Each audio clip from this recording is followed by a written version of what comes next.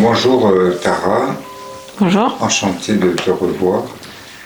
Aujourd'hui, nous allons aborder la méditation réparatrice pour entrer dans le vif du sujet. Alors, comment se déroule une séance de méditation réparatrice? Alors bonjour. Coach. Bonjour à tous et bienvenue à tous dans le deuxième volet de Biologie du succès et le module de la méditation réparatrice. Alors aujourd'hui, je vais vous expliquer un petit peu à quoi consiste cette méditation réparatrice et qu'est-ce que ça veut dire. Alors, lors de mon coaching, quand je coach quelqu'un, une personne, donc ça se déroule sur à peu près 1 heure. Et il y a une première phase de dialogue où on fait un travail d'introspection et la personne, enfin de repérage un petit peu des traumatismes et des problématiques et des blocages. Et donc la personne, à travers ces mots, extrait d'elle-même des impressions ou des sensations.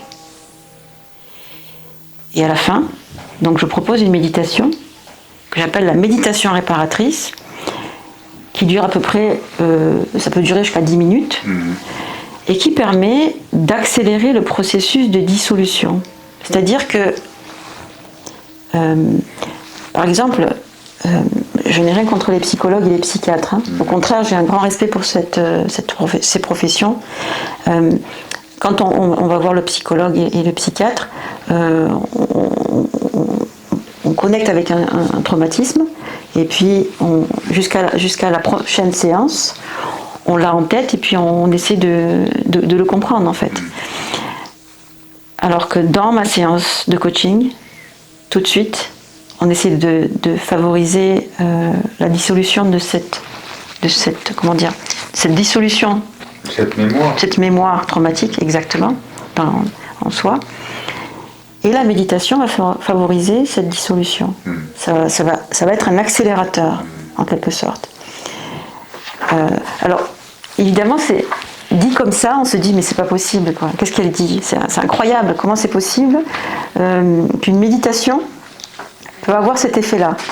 Eh ben, je peux vous dire que c'est réellement comme ça que ça se passe et que les personnes qui sortent de la séance de coaching repartent légers. Enfin, en tout cas, me donnent des témoignages du fait qu'ils en ressortent tout à fait légers. Donc, voilà. Donc c'est pour libérer les mémoires et pour permettre après un autre travail de reprogrammation, mais ça sera après. Donc aujourd'hui, on aborde vraiment la méditation réparatrice. Ouais. Donc là, on va entrer dans une phase plus technique pour bien comprendre les choses, pour illustrer ce que dit Tara. Donc selon la philosophie du yoga yogique, qui a 5000 ans, il y a 3 corps principaux. Le corps physique, qui est le corps le plus dense en termes d'énergie, qui est visible. D'accord. Un deuxième corps qui est le corps mental, qui est invisible, mais qui on peut appeler l'esprit aussi. D'accord. En Occident, qui lui, d'après cette philosophie, est composé de 4 corps. Bon, on peut les nommer parce que ça peut aider l'ego, l'intellect, le mental et la conscience individuelle. D'accord. Ça, c'est ce qu'on appelle l'esprit ou le corps mental. Il y a un 3e corps qu'on appelle le corps causal, qui est le corps de l'âme. C'est là, au centre de ce corps, il y a ce que certains appellent le centre ou le vide. Alors, quand Tara, tu nous dis je me connecte à l'intérieur, ça veut dire qu'en fait, il y aura un schéma, ça veut dire Tara vous suggère d'orienter votre mental vers ce... Tout à fait, vers ce vide. Vers le centre du corps causal. Tout à fait, exactement. Bon, là, c'est un aspect technique, ce serait intéressant que tu nous parles de ton expérience par rapport à ça. Voilà. Pour encore expliquer peut-être d'une autre façon ce que tu fais en méditation réparatrice. D'accord. Oui, tu veux dire le fait de connecter au vide. Voilà. Alors je voulais quand même préciser. Avec l'aide du mental, en fait tout vient Tout à du fait, mental. tout à fait. C'est que le mental, c'est ça que Exactement. tu vas l'orienter. C'est ça. Tu vas le réguler, l'orienter d'une certaine façon. Tout à fait. Et ça, c'est la clé. Exactement, c'est la clé. Exactement. Sans mental, je ne fais rien. Absolument. C'est ça que comment tu. Dans un premier temps. Voilà. Mais après, on n'a plus besoin de l'orienter. Ça se fait tout seul. Voilà. C'est-à-dire qu'au bout d'un certain temps, on a besoin de cette orientation intérieure, mais après, on n'a plus besoin.